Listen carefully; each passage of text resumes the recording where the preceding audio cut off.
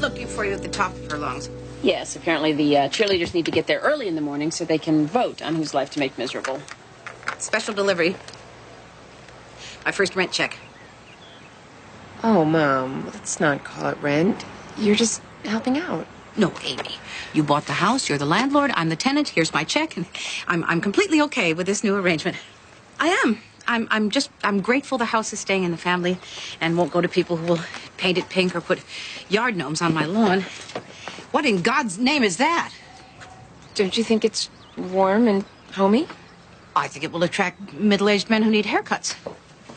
I've been looking all over for you. We're gonna be late again. No. We have lots of time. Look at the new sign. Why does it have a candy cane on it? It's a lighthouse. Why? Why not? We don't live at the beach or anywhere near water. Well, we live in New England. New England is near the water. The writing won't show up from the street, and the rope's goofy looking. Get in the car. We're gonna be late. Honey, I understand. You bought the house, you want to put your own stamp on it, and I am going to be supportive. I don't disagree with the concept of being supportive. Then we're keeping the sign. Let's lose the sign, and I will start to be supportive right after that.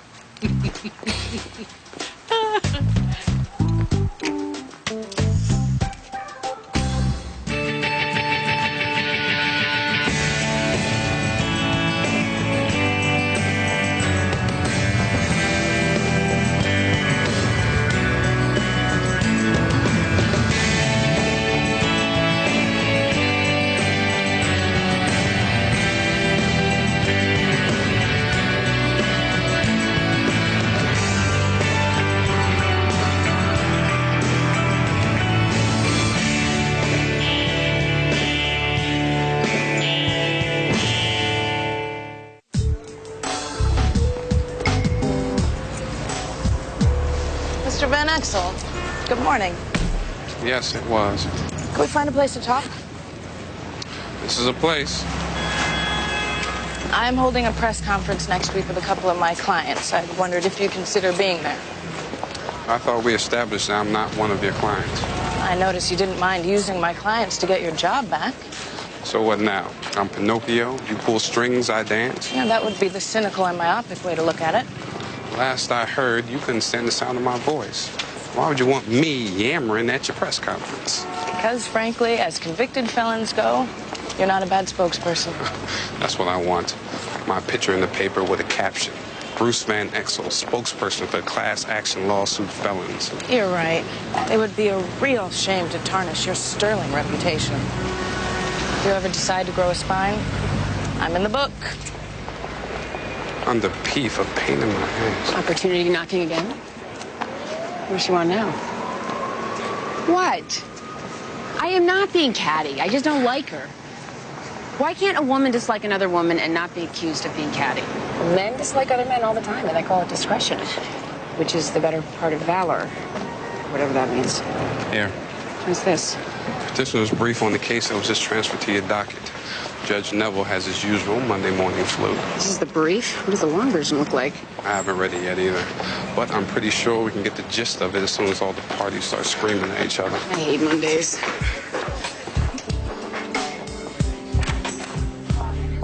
Okay, next up we have an abuse and neglect case. Danny Zamero, age 8. Petitioner is his grandmother, Carolyn O'Brien, who alleges emotional neglect on the part of Danny's father, Sam Zamero. Danny's grandmother is seeking custody, and all parties seem to be present.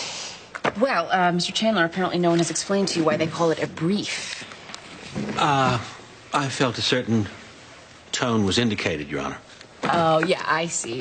Maybe the judge will fall asleep. I can slip one by her kind of tone. That was rhetorical.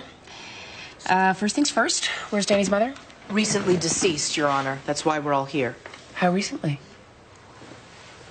A little over a year. Your Honor, Christine Zamaro, Danny's mother, was a loan officer with Third Liberty Bank in Manhattan at the World Trade Center. South Tower, 81st floor.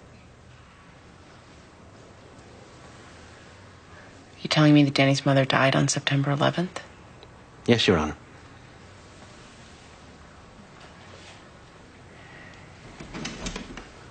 Mr. Zamero and Mrs. O'Brien, I'm very sorry for your loss. I truly can't imagine what your family has gone through. Well, Mr. Chandler, please give me the broad strokes with the minimum of theatrics. Danny's mother, Christine, is my client's daughter. She and Danny's father, the respondent, lived in Battery Park, a few blocks from the World Trade Center. Danny's school was 2 blocks north, PS2. I know school. I know Battery Park. I lived in Tribeca. What I don't know is why you think Danny needs to be removed from the custody of his remaining parent. Danny and his father have been living in a rented house in Farmington ever since last September. Mr. Zamaro's been commuting, but now he's ready to move back to the Battery Park apartment. Danny is being treated for post-traumatic stress syndrome, and we think it ill-advised for him to live in a place that will be a constant reminder of what he's been through. Your Honor, this isn't just about the psychological aspects of this. Mr. Chandler's brief is long because it's full of reports on the air quality. The asbestos, the pulverized concrete, the polyvinyl chloride. We have our own air quality reports, Your Honor, and you will see that my client has taken every precaution above and beyond the EPA recommendation. I've had the place cleaned top to bottom 4 separate times. Asbestos removers, disaster cleanup specialist. I have HEPA filters in every room. All right, let's pretend it's clean. He wants Danny to look out the window every day at a construction site over his mother's grave. Okay, obviously there are numerous issues here, and nothing is going to happen until I read the materials. So Mr. Van Exel will tell us what time we are reconvening here tomorrow. 11:15. 11:15. I'll see everyone back here, and I'll be up to speed. Thank you.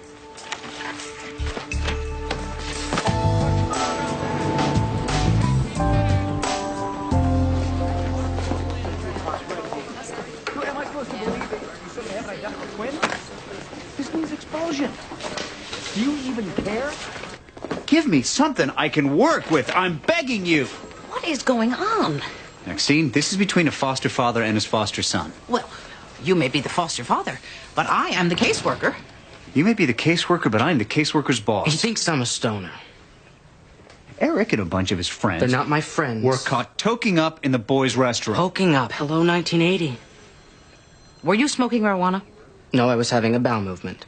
As far as I know, that's legal. No, I was in a stall. I flushed, so I must be guilty. Go home. We're going to talk about this later. Straight home, mister. I don't think he's lying. And this is based on? Maternal instinct and many years of raising children who have been known to lie on occasion. Well, I don't have any maternal instinct, and I'm new to raising kids. I know. You saying I'm doing a bad job? I'm saying I don't think he's lying. Well, I have to figure out a way to know that for myself, Maxine. Yes, you do, Sean. Good luck.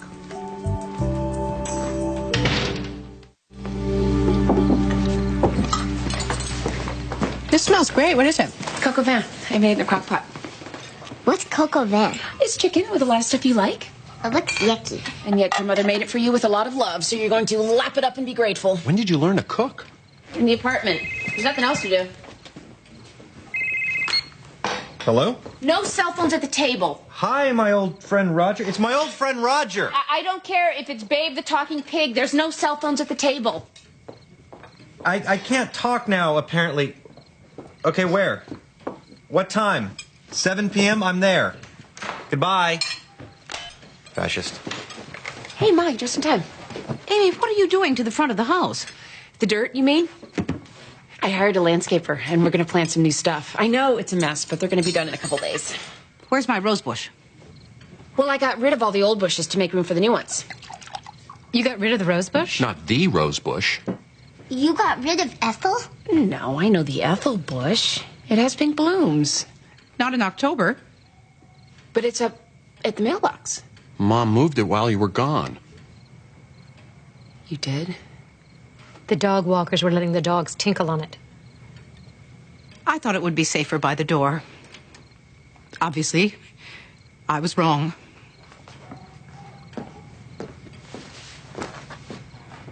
Oh, God, I can't believe I did that. Neither can I. Neither can Ethel. She'll get over it. Grandma was really upset. I know, but she'll get over it, sweetie. It's just a rose bush. It was Ethel.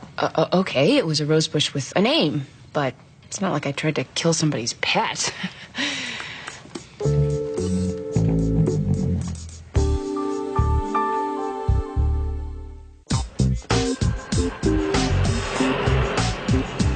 It was green with leaves and thorns. No, it wasn't stolen. I threw it away. Well, I was hoping you could tell me where rose bushes go when people throw them away. I called Waste Management, and they pretended not to speak English. Okay, tell me this. Who would know where a rose bush goes when you throw it away? He said God and hung up. Who did? Officer somebody. You called the cops about a missing rose bush? Yeah, well, it's a long story. Oh, Judge Gray! Hey, Donna. You got a call from Lizzie Poteet at the Heritage Rose Society. She wants to know if it's true if you threw away an Ethel Brownlow tea rose. She left 3 numbers. Thank you. I looked those up on the internet. No one breeds those anymore. Apparently, the only ones left are the ones that are passed down to families from generations. Thank you, Donna. You threw away an antique rose bush? Yes, it was my mother's. Her great-grandmother brought it over from Ireland in 1889. It's been passed down through every generation since then. It's such a nice story. Until the part where you threw it away. Why'd you do that? It was an accident. You accidentally threw away an antique rose bush. Oh, okay. It wasn't an accident. I'm a psychopath. I prey on shrubbery. Can you please go to work now? It was a rose bush. A family heirloom rose bush.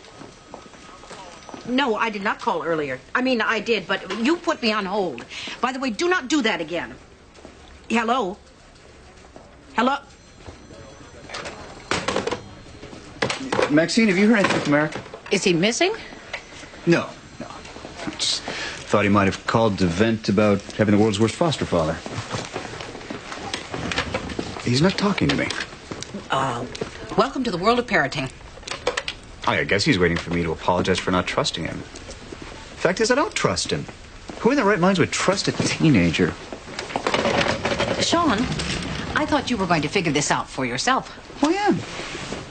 I just might need you to help me figure it out for myself. Just let me know if he calls you, okay?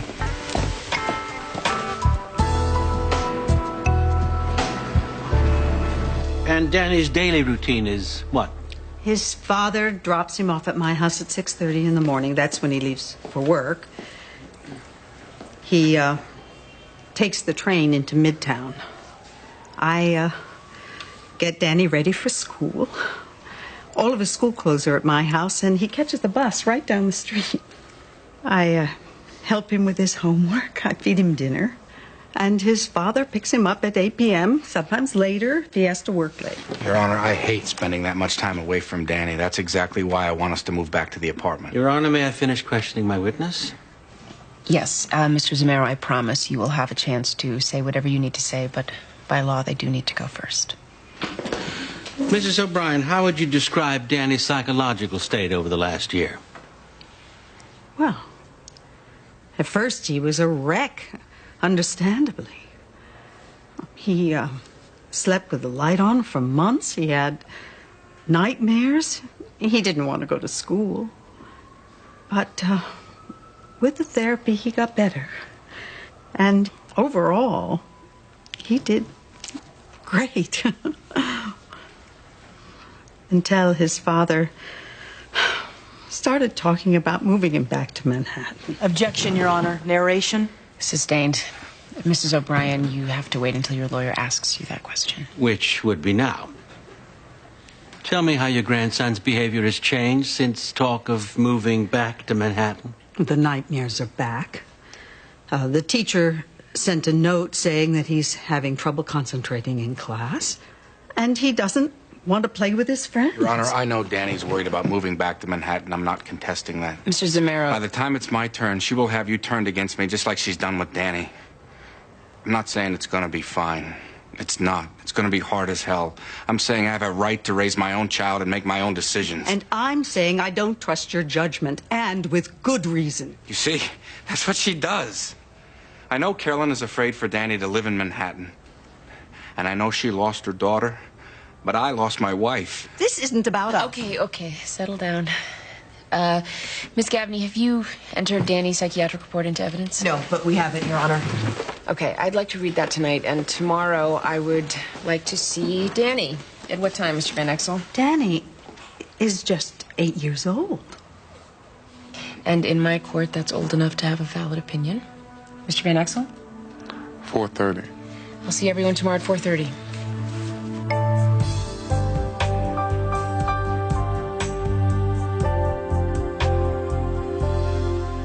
Ever this night be at my side, to love and guard and rule and guide. Daddy, I'm tired of this prayer. Why can't I make up my own prayer? Okay. Go ahead.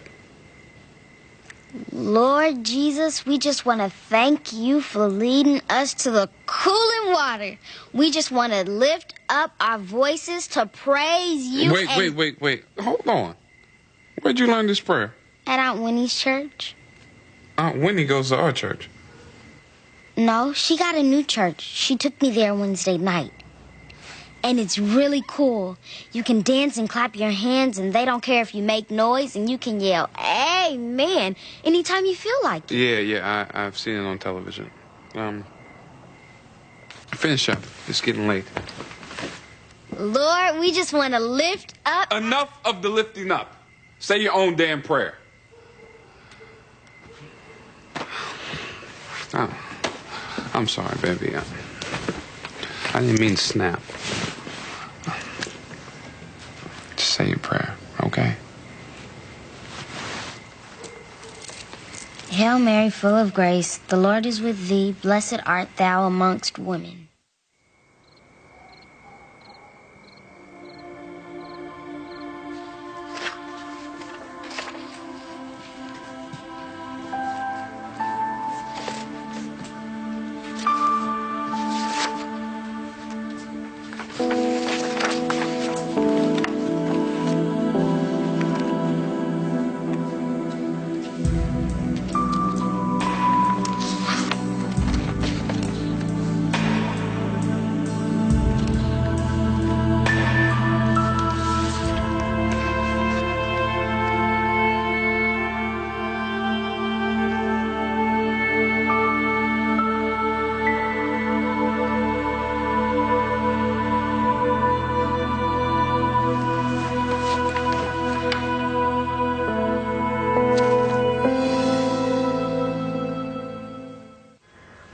Right after the second bell, there was this loud noise. We all looked out the window, and there was this big hole in one of the buildings where my mommy works. Somebody said it was a bomb, but Mrs. McGrath said no, a plane flew into it. Brandon Kendall was crying because his dad works in that building, but I wasn't crying because I knew where my mommy's office was. It was in the other building, and that building was okay. Mrs. McGrath said we all had to get back in our seats, and everybody started pointing and yelling, and nobody would listen to her. And then another airplane hit my mommy's building. Miss McGrath started saying, "Oh my God, oh my God, oh my God." And that's when your daddy came and got you? He said we were going to go wait for the helicopters to go get Mommy because he talked to her on the phone and she was okay.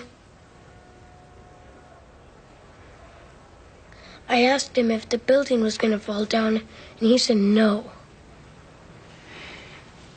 Danny, have you been back to Manhattan since all this horrible stuff happened? No, we've been living in Connecticut. Are you going to put my daddy in jail? No. Why would I do that? Maybe he did something bad. Do you think he did something bad? If you think that, I need to know. He told Mommy to go on the roof. Okay. No, I didn't. Why did you tell him that? Because it's the truth. It's not the truth. Okay. Everybody, I think we'll take a short break, and I'd like to see all the adults in my chambers.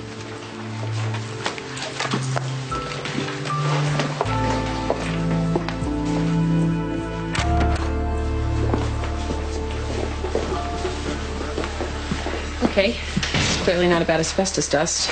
Can somebody tell me what's going on? I think that's pretty obvious, Your Honor. Carolyn has never been thrilled with me as a son-in-law. Now she blames me for Christine's death, and she's turned my son against me.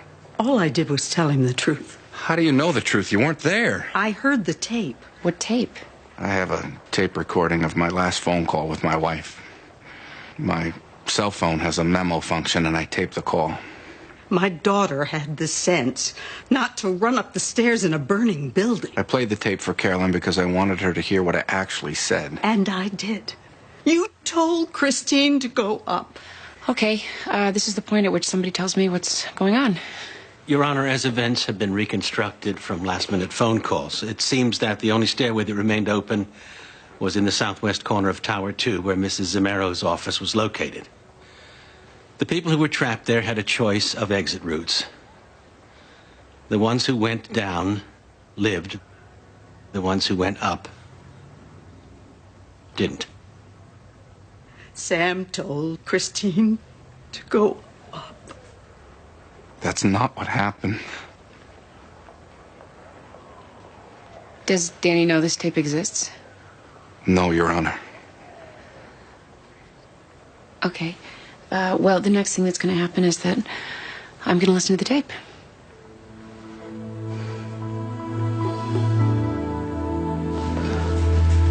Here you are. Thank you. You're a detail man? You drive around with a trunk full of drug samples and annoy doctors into prescribing them? No. I charm doctors into prescribing them. In college, you were going to join the Peace Corps. You've completely gone over to the dark side. Oh, don't be such a self-righteous schmuck. What's the difference between prescribing pills and selling them? Besides, drug companies do great things for humanity. Haven't you seen the commercials? Yeah, and cigarettes don't cause cancer. That particular glib remark only works when it's made by non-smokers. Which I am. Twice a day. So how about coming to work for me? What? This is a job offer? You're not just gloating? I'm the new regional manager. I can hire 2 new reps, and I want one of them to be you. What? The image of telling my sponsor that I'm going to be driving all over New England with suitcases full of drugs. Hey, if you start using it again, it won't be because you happen to have Lipitor in your trunk. You know that. Kyle, I saw the dump where you work. I can only imagine what the rest of your life looks like.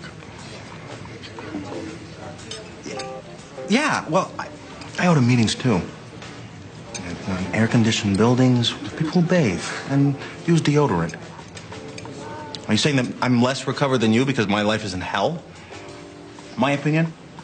You're trying to punish yourself. And that's some perverse kind of pride. Hasn't your sponsor told you that? Well, civilization misses you.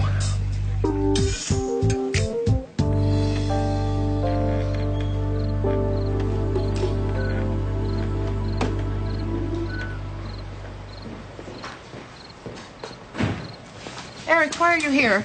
Waiting for you. In the cold? It's different in there. Amy's moved stuff around. Well, it's her house now. She had this stupid decorator lady here. They were looking at pictures of furniture, ugly furniture. Things change. That's life. I live in Amy's house now, and you live in Sean's house. He has ugly furniture, too. Eric, are you here for a reason? I did not smoke dope in the restroom. Sean is worried about you. Which, in case you don't know, is a good thing. You're not pure as the driven snow. He knows your history, Eric. Which is exactly why I would never do anything that could get me in trouble. Look, I'm getting good grades. I don't drink. I don't smoke. I don't even sneak into R-rated movies. If I get any better, my BO will stop stinking. I'll sprout wings in a halo. I'm a freakish saint. And back when I said my BO doesn't stink, I wanted to say something else, but I couldn't. Do you know why? Because you're so good. I'm so good. It's killing me. Go inside, call Sean, and let him know who you are. Do I have to? If you want to be a good boy.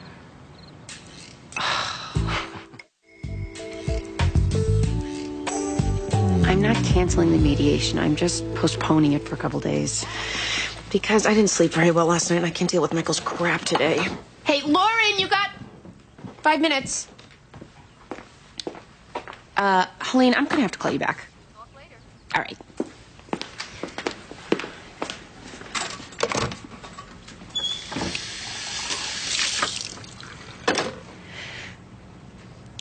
Mom, I'm really, really sorry about your rose bush. Yes, you said that. Are you gonna stay mad forever? No, not forever. Then what? A week? A month?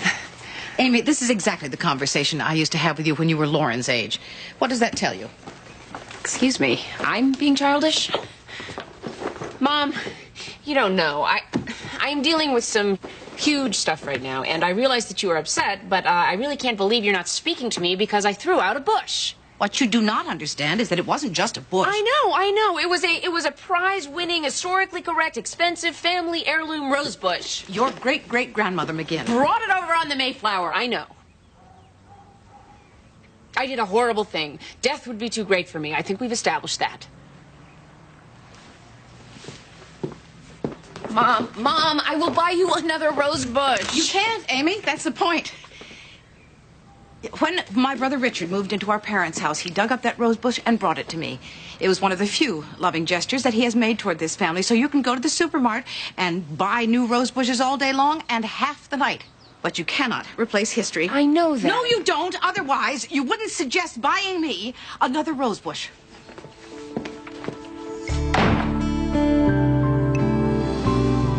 I don't care. You knew you were going and you deliberately kept it from me. Winnie, if you don't want to be a Catholic anymore, that's your business. But leave Rebecca out of it. We'll talk about this later. I have to get to work. Winnie, I'm hanging up now. I'm going for coffee. You want any? I wasn't going to ask you about your phone call, so don't break your neck shifting into breakfast food repartee. I was really going to get coffee. Do you think we could have Donna do it? I was hoping you could listen to this 9/11 tape with me. I prefer not to. Because? Because it's not my idea of a good time. Is it your idea of a job? What is that supposed to mean? Well, nothing. I just thought. Because I do my damn job. If there's one thing I can't be accused of, that's slacking off on my job. No one's accusing you of anything. It sounds that way to me.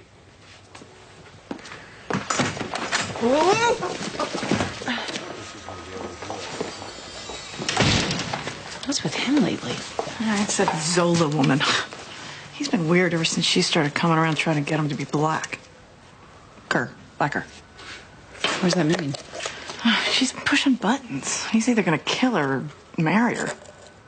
Which do you think we should hope for? Yeah, me too. Why would he feel insecure? He knows I'm there for him. I listen. I'm home to cook dinner every night. Now, what else can I do? Eric does not feel safe. Now, you go in there and make him feel that way.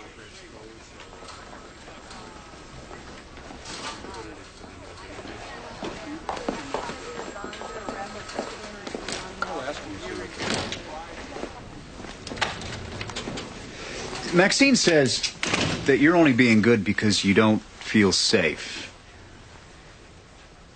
Is she watching? Yeah. The nod. She also says that you think I'm your last chance because she's getting married, and if you blow it with me, then you're not going to have anywhere else to go. She's crazy. I got plenty of other places to go. Tons of places. I know you do. Of course, but still, I promised her I'd tell you that no matter what, I'm not going to kick you out, so you don't have to be a saint. How bad can I be? We'll work that out as we go on.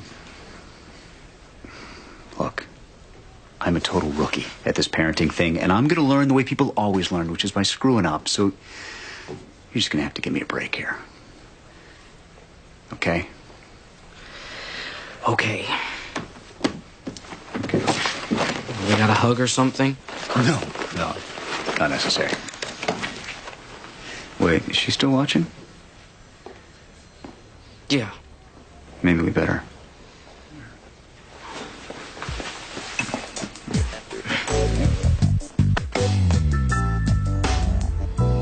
I'm sure we're all in agreement that no matter how I rule, Danny will continue to be under the care of a psychiatrist and be closely monitored, especially in the event of a transition back to Manhattan. Absolutely. Of course, Your Honor. Does that mean you've decided? No, I haven't decided anything. I am, however, deeply concerned about the fact that Danny blames his father for his mother's death. His emotional recovery depends on how secure he feels, and if he doesn't think that his father did a good job of keeping his mother safe, why would he trust him with his own life? That's exactly my point. No, that's what you brainwashed Danny into believing. I just want Danny to be safe. Why does that make me the bad guy? It doesn't make you... Mr. Zamero, have you discussed with Danny's psychiatrist the possibility of his hearing the tape? I've talked to half a dozen therapists about it. It would either do him a world of good or cause him permanent harm, depending on which therapist you ask. Your Honor, have you listened to the tape? I'm working on it. With all due respect, if it's hard for you, how do you think it's going to be for Danny? Well, it might be excruciating, but it also might be necessary.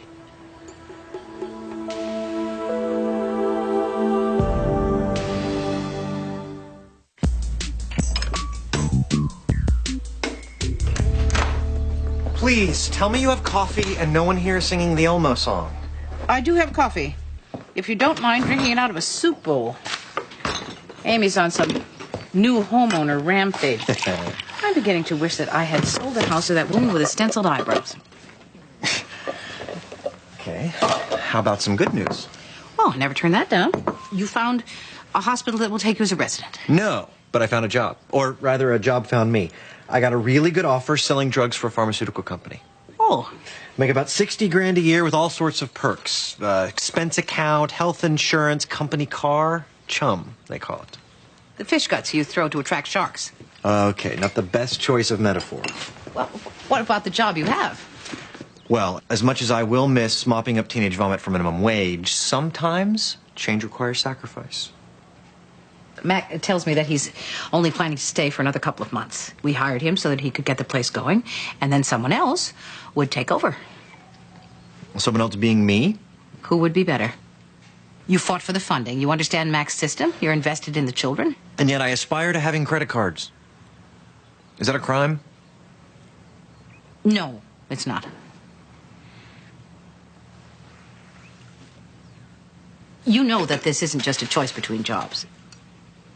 It's deciding what you want to do with your time on the planet.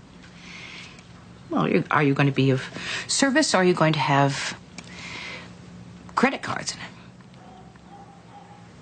I'm sorry, I have to put this bowl of balls someplace where I don't have to look at it.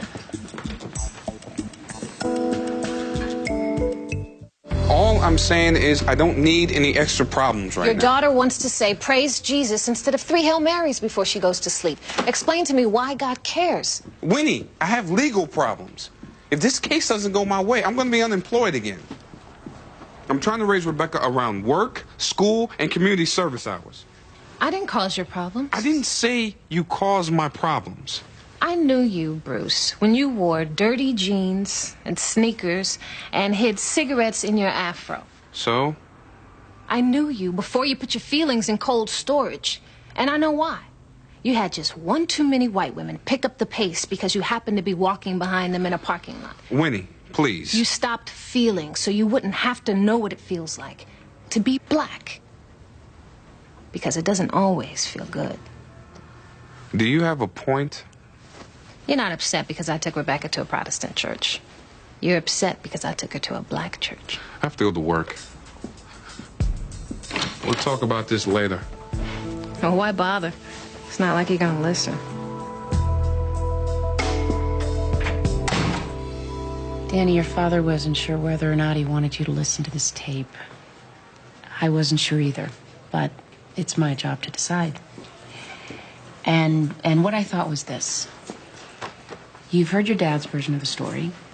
and you've heard your grandmother's version of the story. But the person you haven't heard from is your mom. And this tape is a way for you to hear your mom's version of the story. So we're going to listen to it. Okay?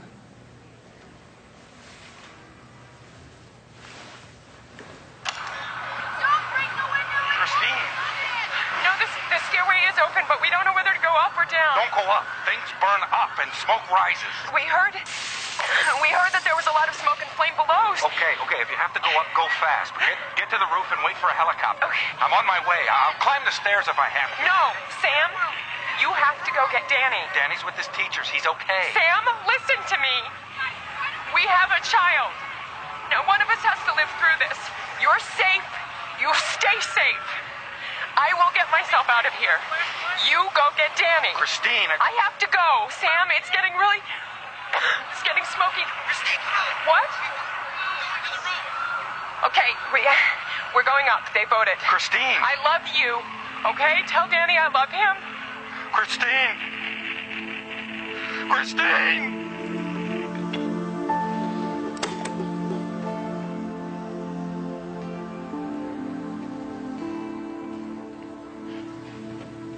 Did you learn anything you didn't know? She said they voted. Yes, she did.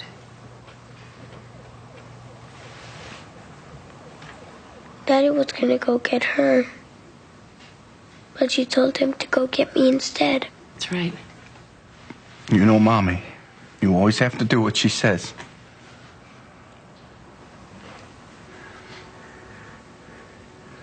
Does that mean it's my fault? No, Danny, no. Sweetheart, no. Danny, look at me. Look at what I'm wearing.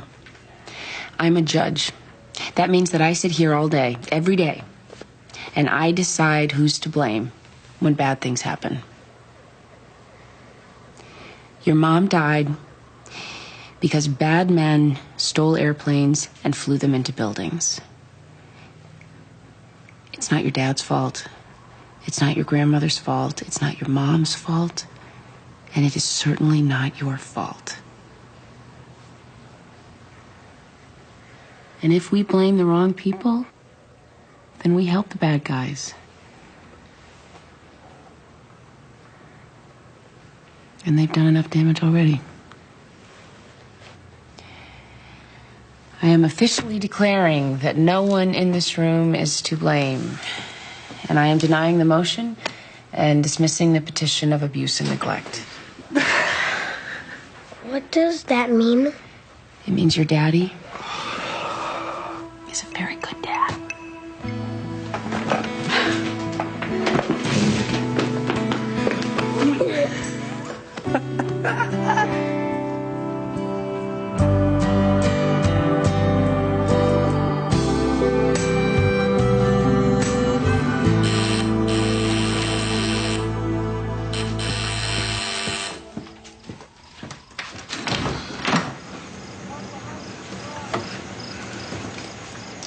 He didn't say who's there.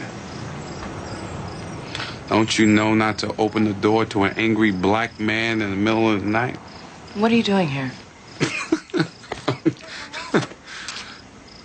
I'm here to enlist. Put me on the official angry black man list. Where do I sign? Are you drunk?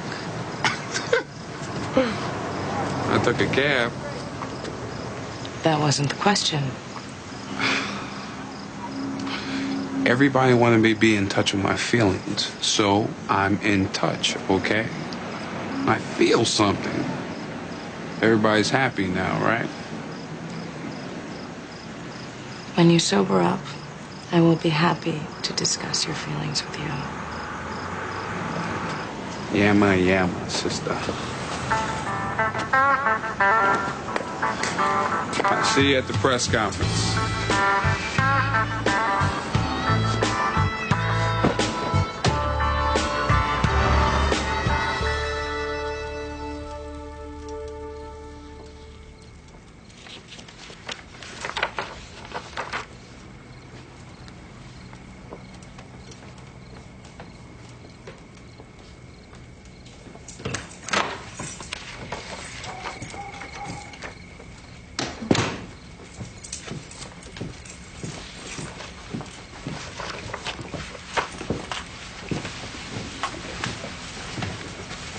What are you doing? Looking at pictures. Why are you looking at those pictures? I had a 9/11 custody case. It was horrible. But we got through it. Things got better. That will happen. Amy, I may have overreacted about Ethel. No, you didn't. I did a stupid thing, and you were right to be upset. I was not right to be that upset. I think I was trying too hard to be okay about not owning the house anymore, and so I became disproportionately upset about the rose bush. No, you didn't. You were right. Damn it, Amy, I'm trying to apologize. Now, allow me to finish. Are you guys fighting again? No, we're just talking. Did you give Grandma her present? Not yet. What present?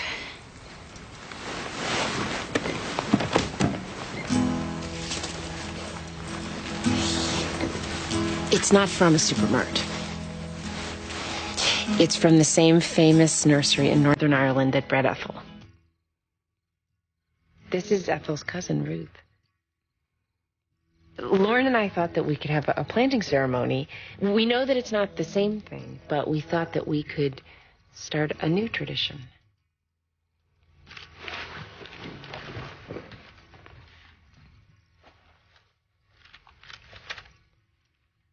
Do you like it, Grandma? Yes, I do. Can we go plant it now? Well, not in the why dark, not? honey.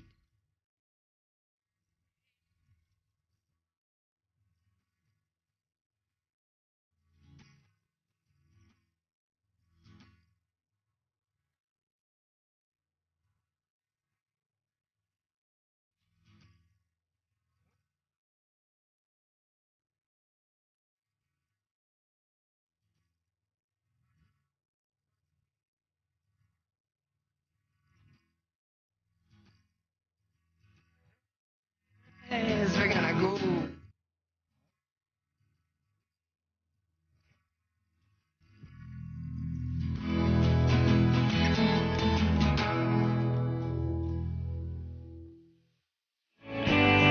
Coming up next on TNT's Prime Time in the Daytime, Amy tries to protect her family from her stalker. Judging Amy is next on TNT.